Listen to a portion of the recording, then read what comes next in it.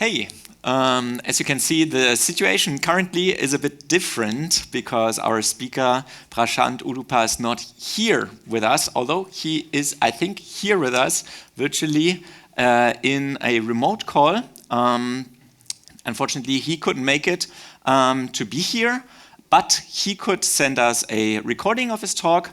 So this talk will be about QML on the desktop. And for all of you who know QML, they know works well on embedded, but maybe on desktop, not everything is so easy. And in his talk, Prashant will tell us some of the challenges he faced when developing a QML application for the desktop, and also how he solved it.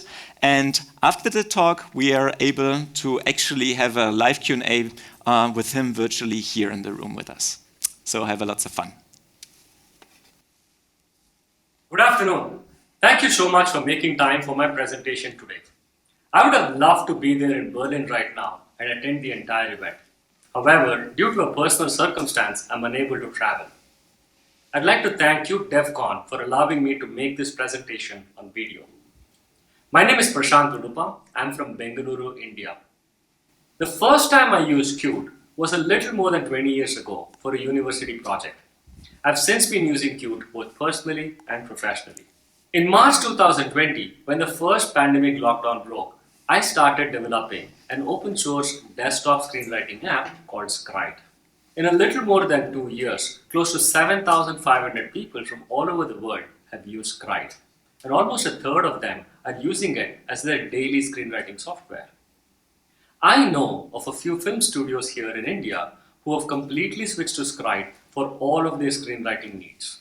I've been a widgets user for a very long time, but the unique thing about Scrite, for me at least, is that the entire UI of this app is built using QML. There's not a single widget in the entire app. This project has been a fantastic learning opportunity for me. I've had the opportunity of presenting 2 talks on the insights that I've gathered while developing Scrite at other conferences before. As the Scrite project began to grow, I started to notice certain issues while trying to use QML in a large desktop software. Certain parts of Scrite began to perform poorly as I loaded it with a lot of new features.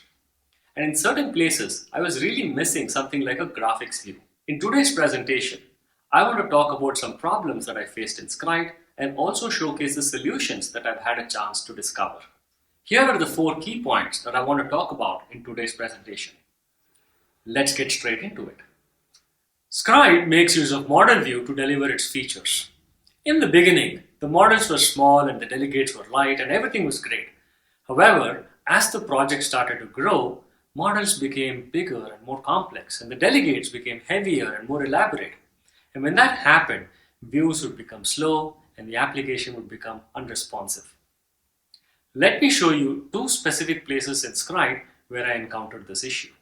Here I've opened a screenplay that I wrote last year after reading a novel and adapting it as a 5-episode series.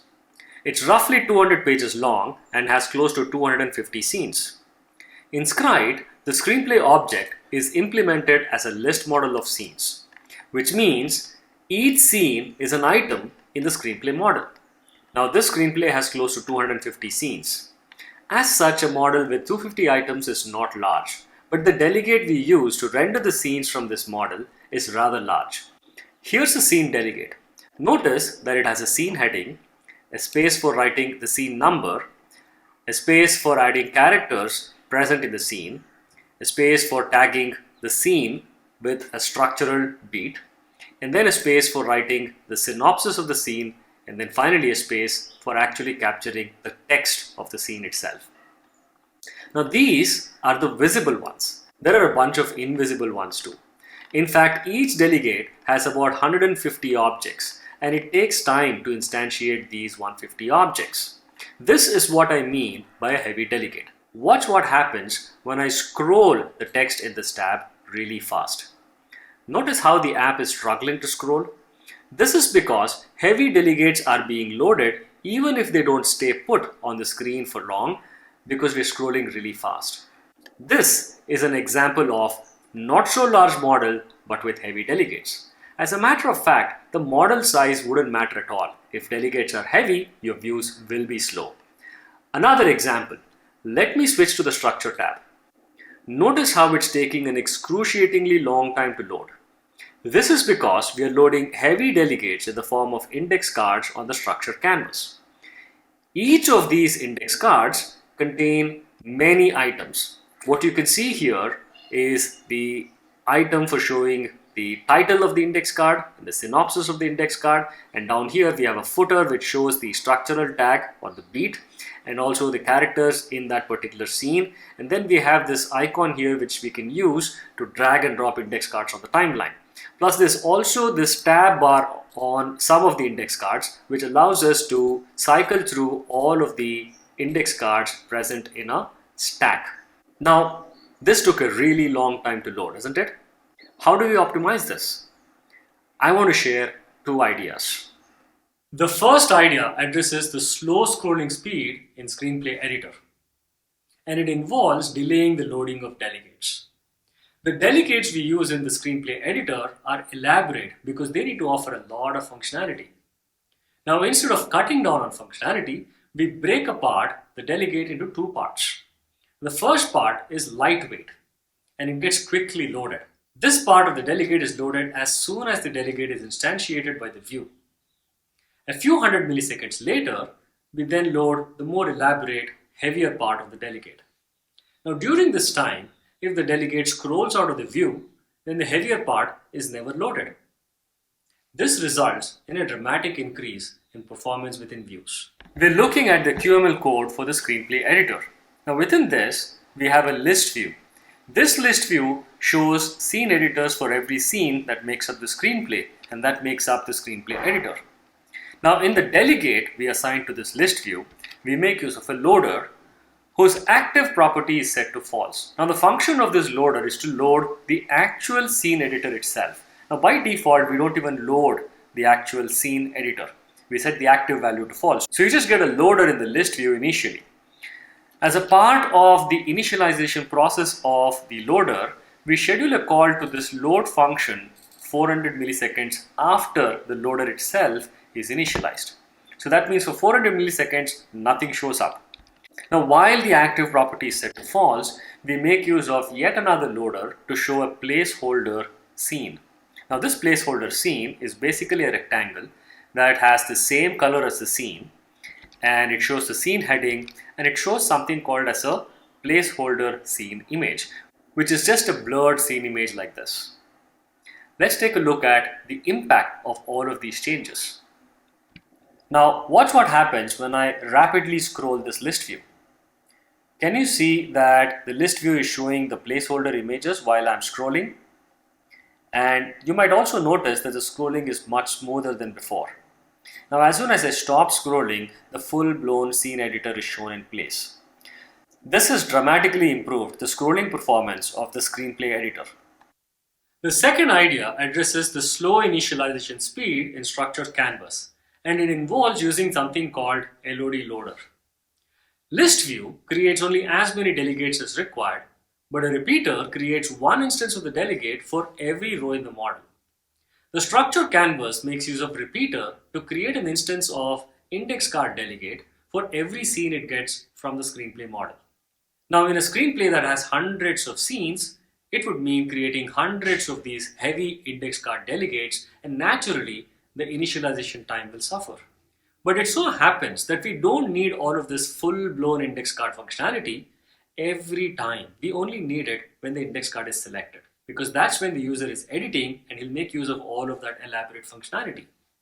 At all other times, we can show a light version of the index card, and that's precisely what we do using LOD loader. The index card in the structured canvas makes use of something called as LOD loader to load the contents of the heading and the synopsis fields. LOD loader is simply a fancier loader. It picks between a low detail and high detail component depending on the value of the LOD property, which is low by default, but the moment it becomes high, an instance of the high detail component is created and then shown in place. The low detail component in both the heading and the synopsis fields is a basic text display item. This loads up very quickly. The high detail component, on the other hand, is a more elaborate item that is suitable for editing purposes. This can be heavy and therefore it will take time to load. Now the value of the LOD property in both the LOD loaders is low for the most part except when the index card is selected. This means that even if the structure canvas has 300 index cards, at best one of them will have its LOD property set to high, and therefore the performance of the structure canvas should dramatically improve. Let's take a look at the impact. Let me switch to the structure tab now. Look how fast the structure tab loaded. This is because all of the index cards are now only showing the low detail component. It's only the selected index card which is showing the high detail component. The performance of the structure canvas has dramatically improved because of this change. So that was about using large models with heavy delegates. Having used Qt widgets for a long time, I miss the text handling coolness of widgets in QML. But then again, it's not all bad in QML. You can absolutely do everything that you did in widgets, it's just that the approach is a little bit different. Now, for instance, as a desktop productivity software, Scrite must be as keyboard shortcut friendly as possible. And one of the most intuitive keyboard shortcuts is tab and back tab. Now, Qt Quick Controls automatically handles tab and back tab focus switches. It moves the keyboard focus in the order in which they were created. But sometimes that's not enough. Of course, we can make use of key navigation attach property to get more control, but I find that to be a bit too cumbersome. Let me show you what I mean. Let me switch to the structure tab in Scrite. Here we can create scenes, sequence them, arrange them to form a flow or shape so that we can comprehend our story better. Let me collapse the screenplay editor to one side and make more space for the structure canvas. We have an empty index card on the structure canvas. Let me capture the title of this scene here. I'll call this the first scene. Okay, good. Now I'm going to create another scene and I'll call this the second scene.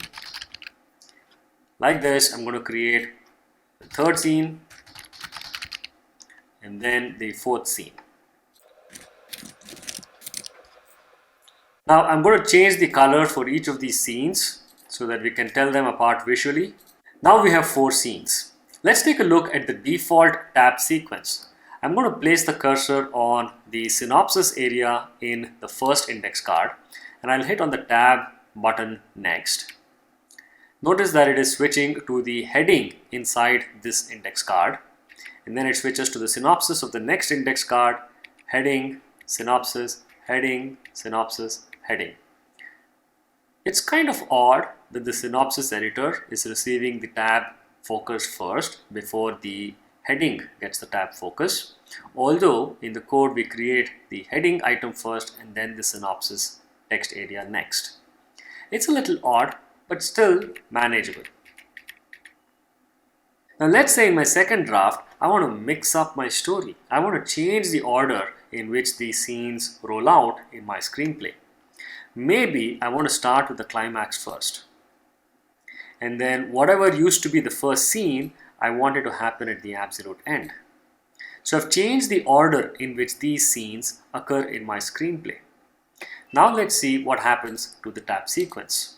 Can you see after the fourth scene, the tab focus went to whatever used to be the first index card.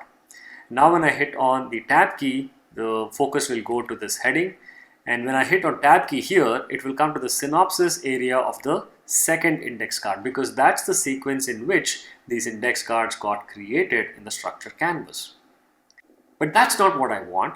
What I want is for the tab focus sequence to follow the logical order of index cards in my screenplay. Of course, I can make use of key navigation attached property and then explicitly assign tab and back tab items, but I find that to be a bit cumbersome. What if I wanted a tab sequence to get dynamically constructed based on a numerical index, and this numerical index can simply be attached to the index of the scene in the screenplay model. Now we can do this using a custom attached property.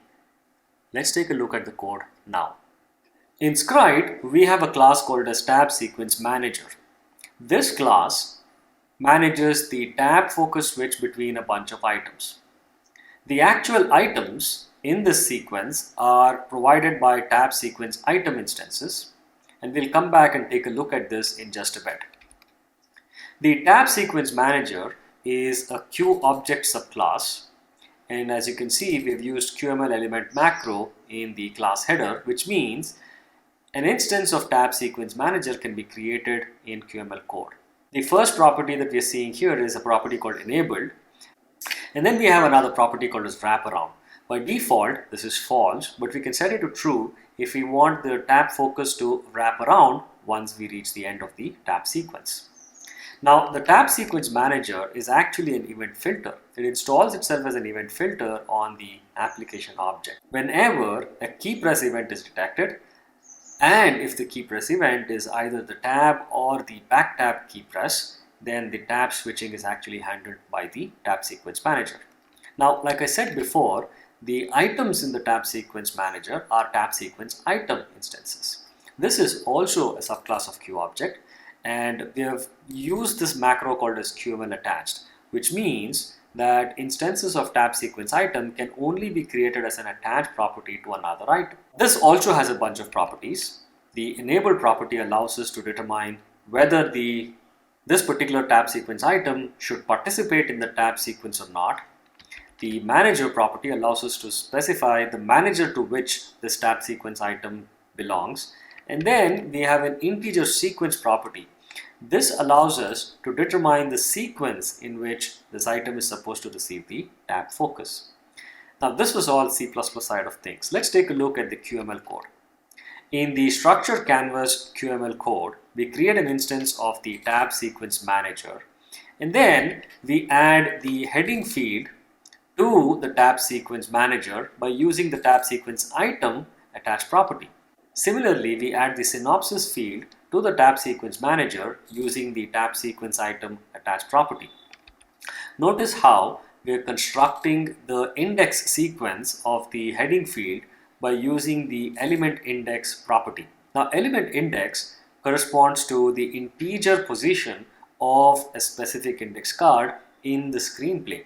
If we resequence these index cards in the screenplay, then the value of element index will change, and that causes the value of sequence to change in the tab sequence item. The same thing is done for the synopsis field as well. Let's take a look at the impact of all of this in the UI. Once again, we have the 4 index cards on the canvas. I'm going to click here so that the synopsis field in the first index card gets the keyboard focus. Now I'm going to hit on the tab key and notice that the focus went to the heading of the second index card, synopsis of the second index card, and then third index card, and then fourth index card.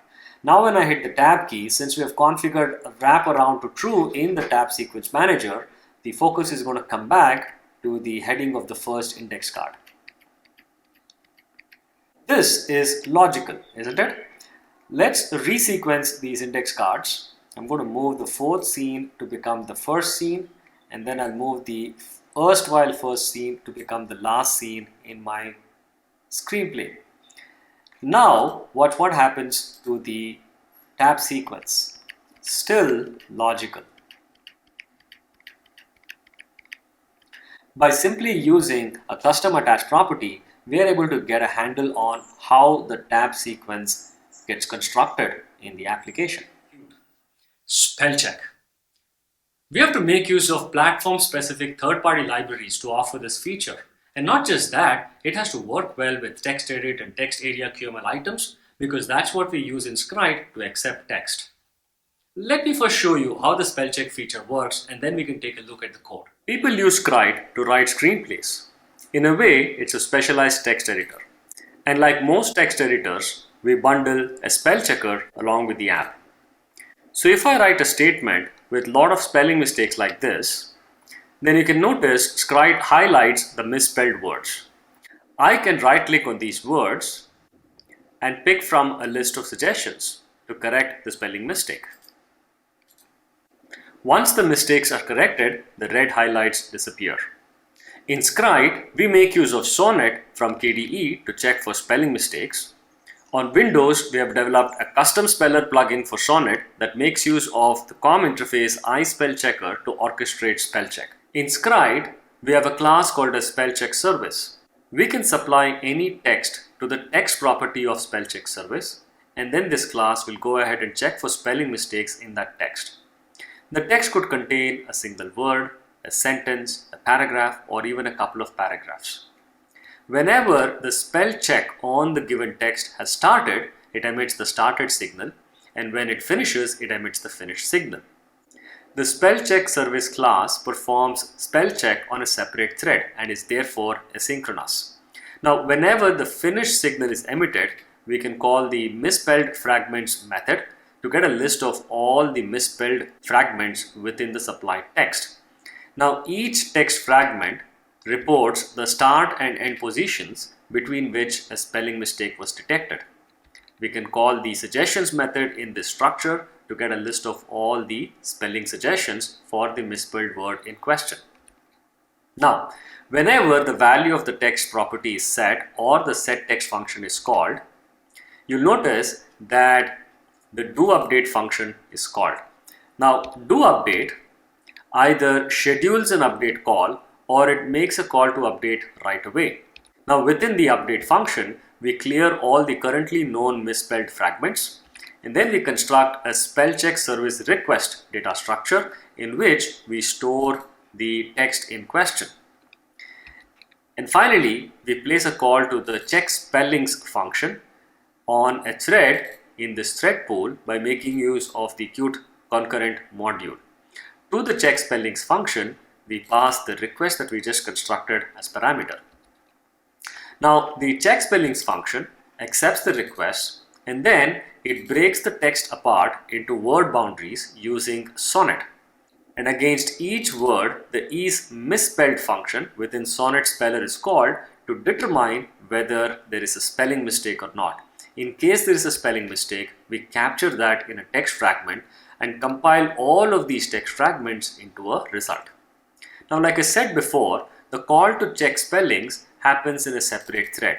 So we wait for the results to come in the future and then actually watch for that in a future watcher. Now, whenever this future watcher emits the finished signal, the spellcheck complete slot is called. Now, within the spellcheck complete, we actually accept the result and emit the finished signal. Now, this was just the spellcheck service. Now let's look at the code which ties up the act of typing on the screenplay editor in the Scrite UI and the invocation of the spellcheck service to actually perform the spell check. We have a class called a scene element that represents a paragraph that the user is typing in the screenplay editor. Paragraphs can be of type action, character, dialogue, parenthetical, short, and transition. These are the types of paragraphs that any screenplay would have. Now, as each paragraph is typed, we set the value of the text that we type in the user interface into the text property of scene element. Now, within the setText method, which accepts the value of this text property, you'll notice that we are placing a call to the setText method on the spellcheck service. This is how we trigger the checking for spelling mistakes in the text that is typed by the user on the screenplay editor. Now, how do we highlight spelling mistakes from the misspelled text fragments on the user interface? This is done by making use of a subclass of QSyntax highlighter in the form of scene document binder. The highlight block method in scene document binder queries for misspelled fragments from the spellcheck service, and for each misspelled word, it applies a spelling error character format. This is how spelling mistakes get highlighted on the text area. Now, what about offering spelling suggestions in the right-click context menu?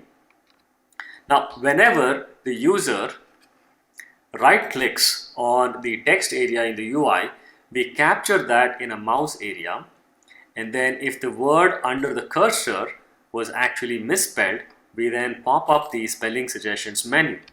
Now, this menu actually makes use of a repeater to go over all of the spelling suggestions for the word under the cursor, and then it shows them in that menu. Now, once a suggestion is selected, we then replace the word under the cursor with the suggestion selected in the menu. This is how the entire spell check functionality is offered in Scrite. Together with Sonnet, QSyntax Highlighter, and QtConcurrent, we are able to offer spell check feature on Windows, Linux, and macOS versions of the Scrite app. Sonnet handles all of the details when it comes to driving the actual spell check, except on Windows where we have written a custom plugin. Next, I want to talk about a feature that I took for granted in Qt widgets, but in QML, it took some work. One of the things I miss in QML is support for QCompleter in text field and text edit.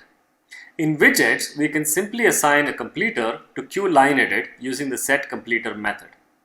Although we don't have something similar in QTextEdit, using QCompleter is not very difficult even in that scenario. In QML, support for QCompleter doesn't come out of the box, at least not that I know of. Like any word processor, Scrite also needs to show autocomplete pop-ups in a few places. Let me show you a demo. For instance, in the screenplay editor, we need a completer pop-up to show plausible character names whenever we switch to character paragraph.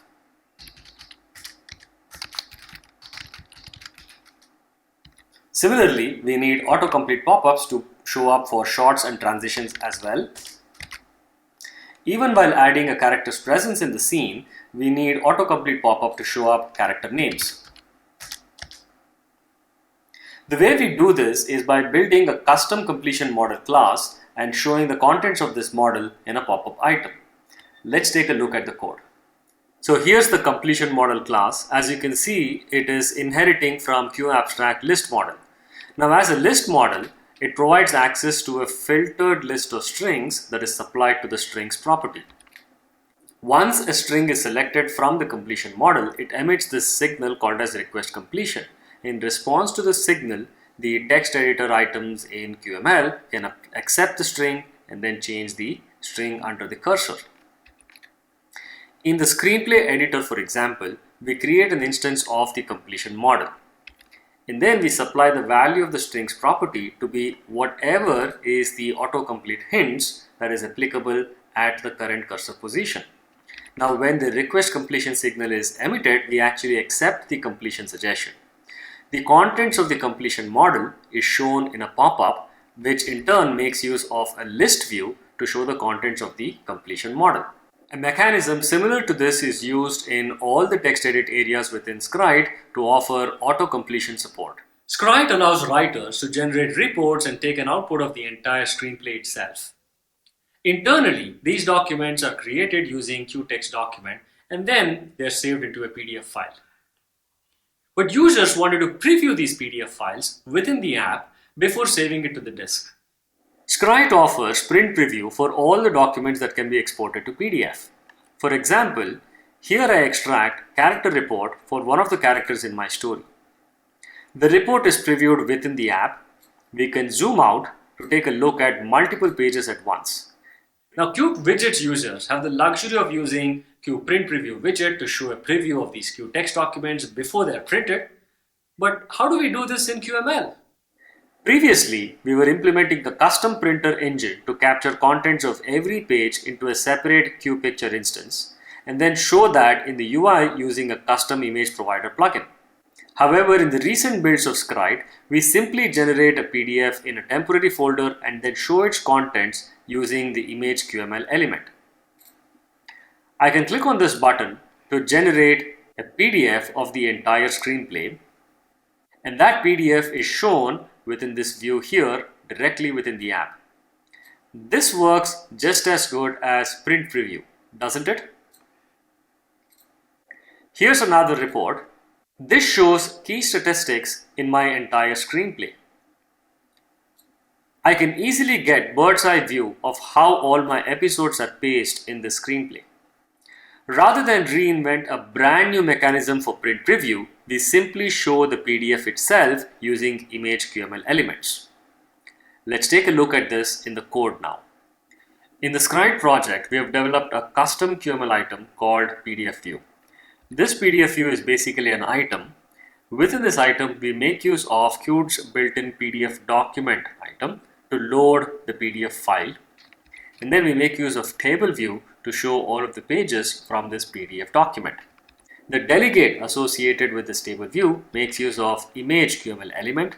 The source property of this image QML element is whatever is the source of the PDF document.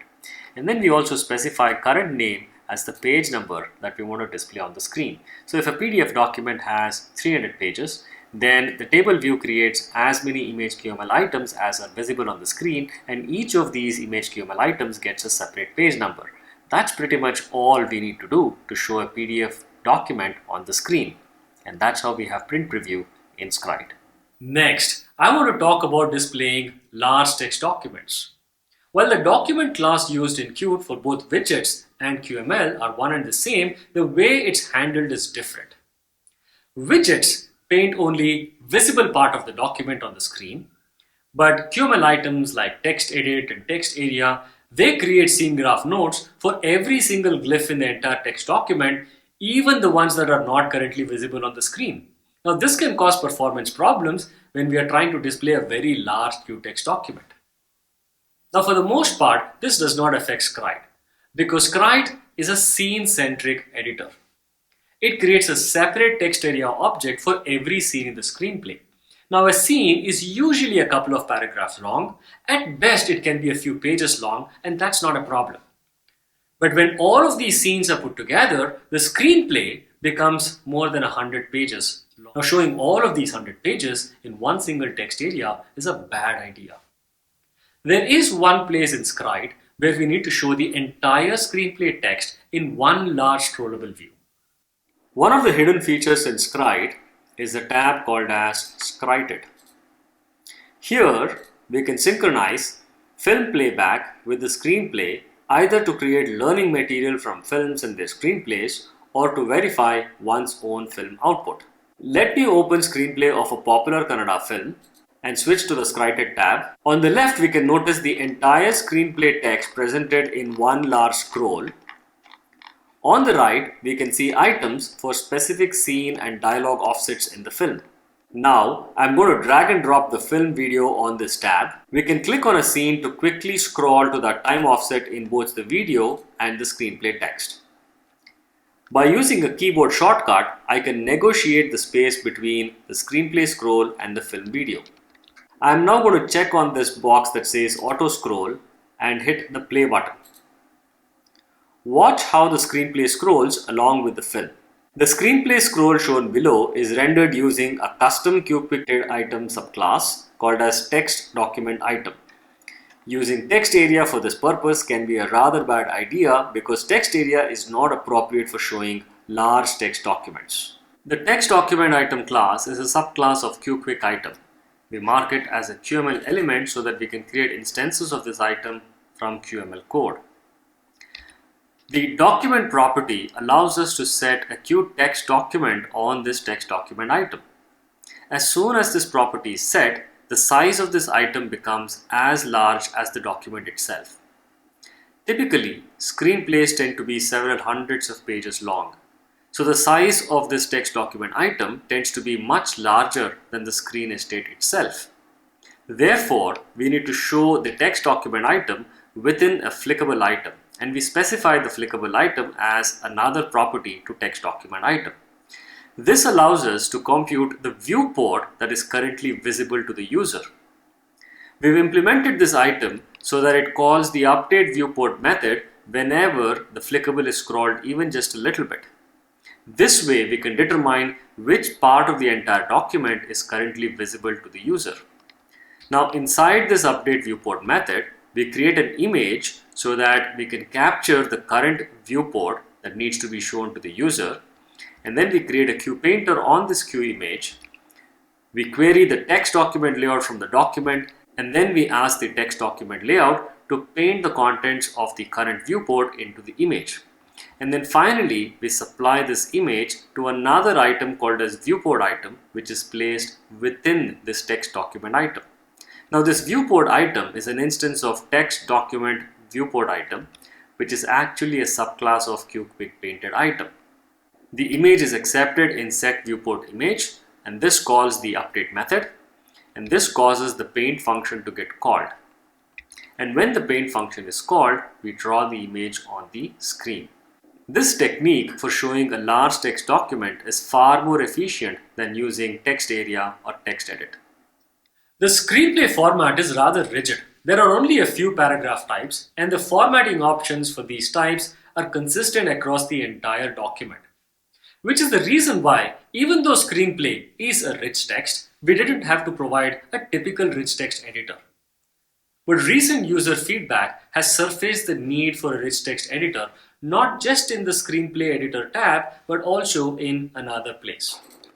Scrite has a notebook tab in which writers can capture their research. For example, we can go to story notes and add one or more notes to capture some research about the story. Scene notes can either be captured in the synopsis area here or as separate notes filed under the scene. Characters in the story get their own section in the notebook. Here we can capture some metadata about the character. We can even assign a photo for the character in question. Now this notebook tab can be merged into the structure tab so that research can be referred to while writing the screenplay. In addition to creating simple text notes for characters, we can also create elaborate form notes where we can capture research about characters in a very structured way. All of these notes are plain text notes. A few months ago, one of our users requested that they be able to capture notes in rich text so that it's easy to refer to these notes while writing the screenplay. Now, even though text area does display rich text, using it to provide a rich text editor, now that's some work. Initially, I took inspiration from a built-in example in Qt and set out to build a rich text editor in QML using text area and a custom C++ document handler class, which would apply formatting options like bold, italics, underline, etc. But soon I realized that building a robust text editor in QML, like the ones people are used to on the web and in other apps, is a really difficult task. That's when I felt that we are better off using a ready-made text editor like QuillJS, which is built using HTML and JavaScript, and integrate that in Scrite's QML UI using Web Engine View. The latest nightly builds now offer a rich text editor using this. Now I can format text notes using all of these options on the toolbar. This rich text area is built using QuillJS. Its Delta document object fits nicely with our own JSON-based document object. To exchange data between QML and HTML world in Web Engine View, we make use of Qt Web Channel. Let me quickly show you the code. In Scrite, we have a custom component called rich text edit, which shows the rich text editor and the rich text content itself. Now the rich text content is actually fetched from the content property of a note object. The note object is an instance of the Node C++ class. It's a subclass of QObject, and as you can see, it's a QML element that marks itself as uncreatable. Now in this node class, we have a property called as content whose data type is QJSON value. Now the rich text edit QML component is custom written in Scrite. It's basically an item which has a web engine view inside it, and this web engine view loads rich text editor.html. Now this is a simple HTML file, and inside this we make use of a div, and in this div we load the entire Quill rich text editor. Now to the window.onLoad event, we assign a function in which we open a web channel for communication between the QML world and the HTML world. Now the Scrite object is basically a Qt object. As you can see, we make use of the attached property webchannel.id to specify the name of this object or Scrite, and that's the reason why we are able to dereference Scrite from the HTML world. Now this Qt object has a bunch of signals. Whenever these signals are emitted, the parameters from these signals get transported across to the HTML world. That's how we communicate between the QML and HTML worlds. For instance, there is a signal called as request content. This signal is emitted whenever the QML side wants to request for some brand new content to be shown in the rich text editor. Now when this signal is emitted, we capture the signal in the HTML JavaScript world, and then we set the contents on the Quill. As the user types in the Quill rich text editor, a text change event is notified. We hook up a function to this text change event, and whenever we get this event, we capture the new content, and then we send that content to the QML side using this function called as content updated. Now this content updated is a JavaScript function that's implemented in the Scrite Qt object, and that's how we get the content from the quill.js side in HTML into the QML side. Now this content is then cascaded across to the content property of the Node C++ class. And all of this orchestration provides the rich text editor functionality in Scrite. So these are some of the ways in which I handle gaps in text handling within the Scrite project. Next, I miss graphics view, I really do. It was my go-to module for building 2D interactive graphics. I loved how we could mix graphics view and QML when the first declarative module came out in Qt 4. But since Qt 5, it's no longer possible. Had I used the widgets toolkit for building Scrite, then I would have definitely used graphics view for the structure canvas tab. But I've already spoken about that in another talk. There is one more place in Scrite where I badly wanted to use graphics view, but I had to put together a workaround. I've already shown you a demo of the Notebook tab. This is where writers capture research about their story, about their scenes and characters. Now, in addition to capturing information in plain text and rich text notes, there is one other way in which information can be captured, specifically about characters. I'm going to head to the characters panel in this notebook, and I'll get this area where I can add characters that make up my story. So let's say I'm writing screenplay for the Friends film, and I'm going to create characters for each of the 6 key friends in the film.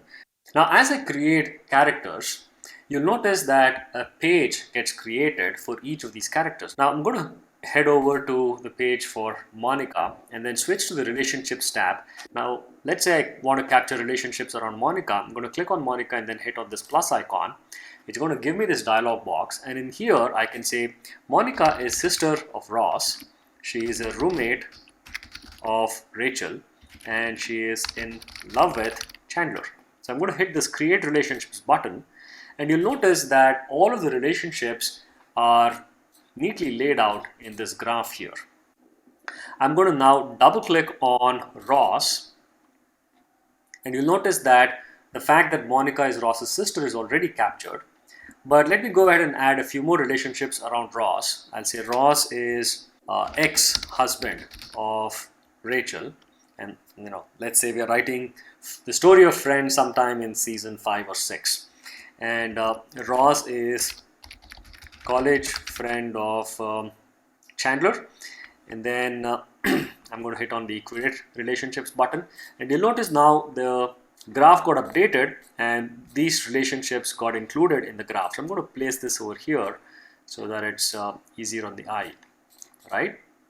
So we have this crisscross of relationships as it would be in any complex story.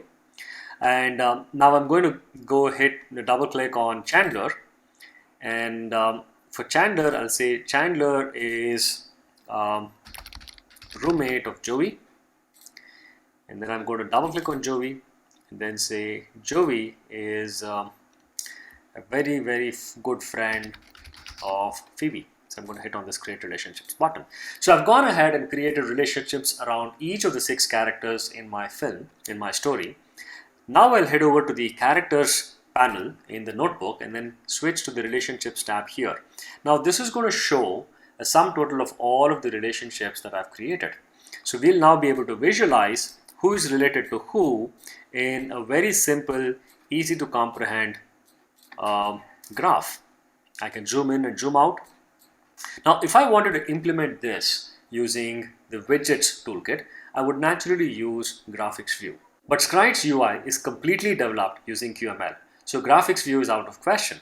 Instead, we can separate out data and presentation aspects of graphics view, keep all the data aspects in C++ models, and move all the presentation bits to QML. What we have in Scrite is a class called as character relationship graph.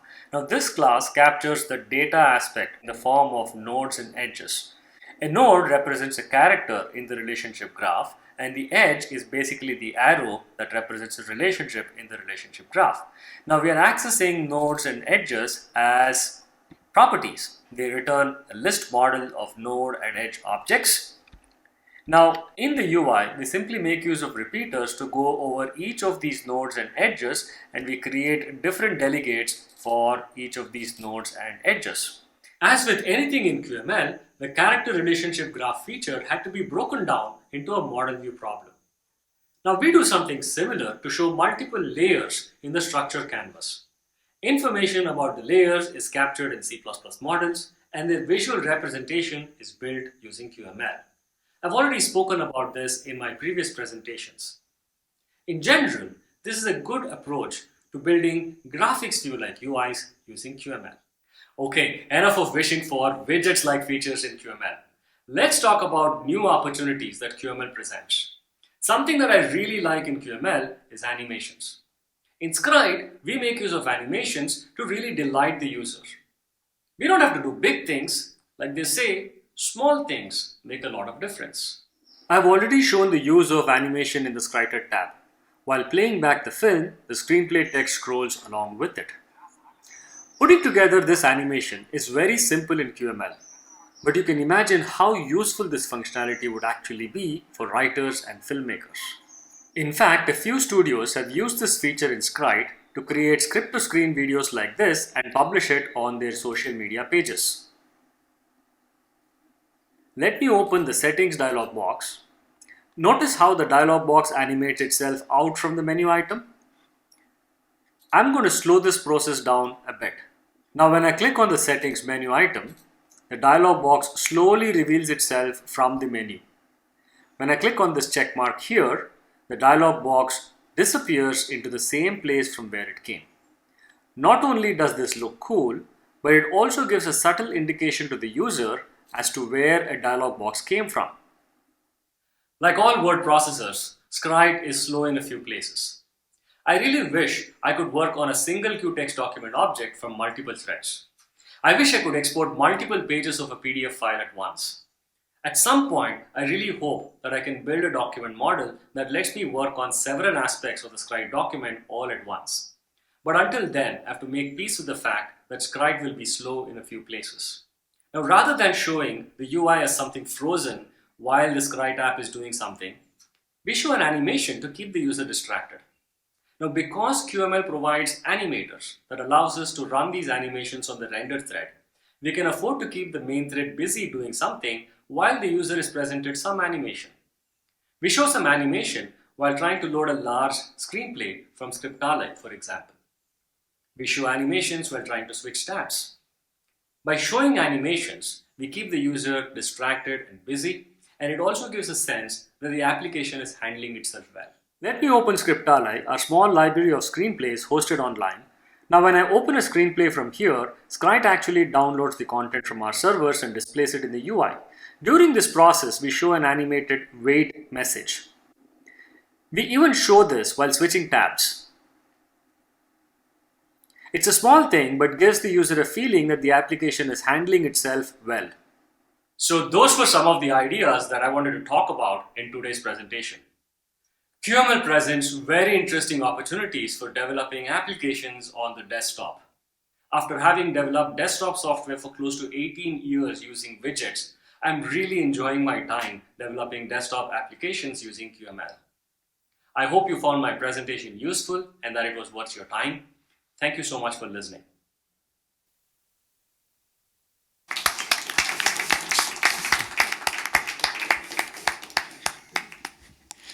So this was, I think, a very great last talk for our conference here. And if everything is right, with us in the room might be Prashant now. Hey, greetings. Hello. Hello. So, are there any questions from the audience? And yeah, there's questions there. Please go ahead. Hi, you've mentioned you're using Sonnet for spell checking. Are you using any other KDE frameworks? Those right now just spell check. For spell check and Sonnet with Sonnet. Okay, Thank you. We've mentioned this in the about box though, yeah. Are there more questions? And thanks to KDE for building that. More questions here? Yeah. But before any more wait for the questions, I microphone, want to say please. thank you for accommodating this video presentation. I really appreciate it. I should have been there. Yep. Well, first, thank you for the great presentation. I also really enjoyed it. Did you use some design tools to design your application, like Qt Design Studio or any other tool, or did you all write it by yourself? The code was all handwritten. The designer we have on team is not familiar with Qt, so he does all his designs on Figma and Photoshop. So I haven't used any design tools. It's all handwritten QML code. Okay, we got another question here. Yeah, hi, so thanks for the great presentation. We're also working on a desktop application. It contains Messenger, so we need most of the stuff you presented. My question is because I have the task to create like a rich text editor for our chat, and I have found out it's indeed a difficult task. So I did a lot of research. I started also with our own, highlighter, syntax highlighter. But I found out in the way that there is basically a syntax highlighter from KDE, which seems pretty complete. So my question is basically why kind of didn't you choose that and you chose to go with Quill? Right. I didn't know about this. I think I'll research it. Thanks for the tip. The other thing is, one of the things about Scrite is that we support writing in multiple Indian languages. And we allow users to map a language to a font. And once that mapping is done, any text written in that language will have to take up that font. So instead of getting users to mark fragments of text and apply a font, we just have a global setting for it. So we needed our own syntax highlighter to apply all of these things. So that's how the project started. And I think by the time we got to rich text editing, spell check was working on that. Font mapping was working on that already. And I think there's a resistance to throw a lot of that code away. So that's, I think, where it is. But I'm going to make note of this and research the KDE syntax highlighter for rich text. Thank you. Thanks for the tip. Thank you. I think in the latest nightly builds, I think we do have a rich text editor within the screenplay editor, which works on top of the syntax highlighter for now. Small things like, if I say one dot and I write a statement and I hit enter, the numbering should automatically start. Some of those things I was finding it difficult to make it work with traditional syntax highlighter. So I thought Quill works better. I can comment a bit on the syntax highlighting framework. I don't think it's the tool you want to use for that because it's designed for use cases like you have a bunch of C++ or PHP or something code and you want syntax highlighting for this, but it doesn't really help you in any way for rich text handling. Okay. But is there something in KDE for rich text handling? Nico? There's nothing for QML that I'm aware of. Okay.